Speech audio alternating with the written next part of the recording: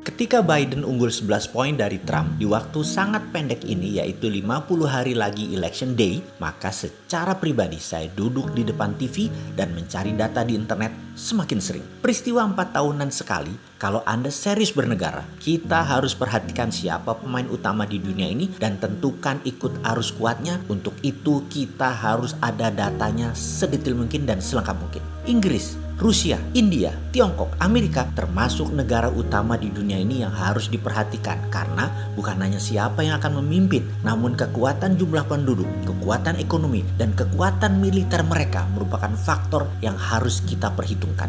Langkah-langkah mereka untuk menjadi nomor satu di sebuah negara itu pelajaran yang jarang-jarang kita dapat. Pelajarilah sendiri, jangan apa-apa dari pandangan orang lain. Data mungkin sama, tetapi analisa dan strategi memanfaatkan data tidak semua orang sama. Strategi Biden pukul Trump dengan menyerang kegagalan Trump kelola COVID itu terus diulang-ulang dengan berbagai sudut pandang. Dari kacamata imigran, dari kacamata pertahanan negara, dari kacamata ekonomi, dari kacamata minoritas, dari kacamata keamanan yang semuanya merugikan Trump diserang terus. Ada hal yang menarik dari strategi Trump yang menurut saya dia sangat ambisius dan kerja keras untuk menang adalah perjuangannya sampai detik terakhir. Dia fighter, walaupun kalah nanti, namun banyak pelajaran yang bisa kita ambil dalam strateginya dan perjuangannya. Dia di posisi underdog saat ini, diserang dengan isu COVID, rasisme, hatred atau kebencian, white supremacy, melecehkan wanita, dan banyak lagi kelemahan Trump. Semua diungkit dan diulang-ulang, sama persis seperti tahun 2016. Dia menggunakan strategi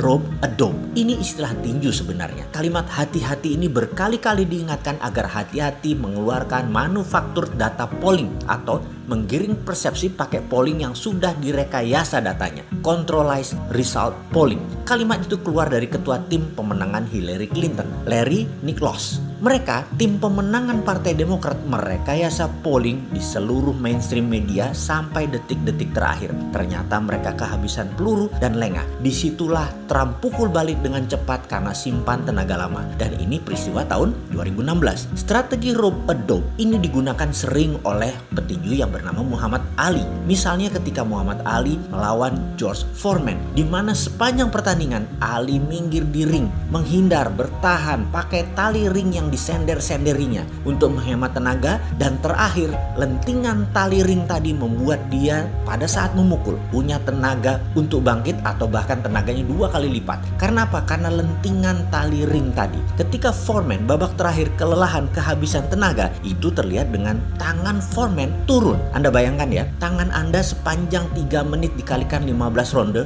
bertahan terus di atas saja. Pegel dan capeknya kayak apa? Lalu selama itu kita gerak mukulin lagi. Di saat Foreman kelelahan, inilah Ali bangkit di saat terakhir, melentingkan badannya pakai tali ring sehingga tenaganya double dan terbukti Foreman KO. Trump lakukan itu di tahun 2016 dan kali ini dia pasti akan lakukan lagi. Agaknya lupa itu Partai Demokrat dan tim Biden akan keterampilan seorang deal maker seperti Trump bermain di tali ring. Saya secara pribadi tidak suka karakter Trump memimpin Amerika, namun idenya akan nasionalisme, patriotisme, America first menarik minat saya. Indonesia butuh banget atau anti globalis atau deglobalisasi, termasuk anti dolar, anti asing menguasai bumi Nusantara, mengutamakan rakyat bawah bottom of pyramid, pro swasta kelas bawah tanpa menspesialkan swasta elitis atau BUMN, pro life anti perusak lingkungan. Jadi apapun yang terjadi di Amerika kita waspadai. Mau Biden kek, mau Trump kek nanti yang jadi, Amerika tetap Amerika dalam foreign policy-nya. Xi Jinping atau bukan, Tiongkok adalah Tiongkok dalam foreign policy adalah sama. Mereka punya nation interest masing-masing, Amerika dan Tiongkok itu. Dan negara itu keduanya sangat ofensif. Amerika tidak pernah ubah kebijakan luar negerinya hampir 100 tahun, yaitu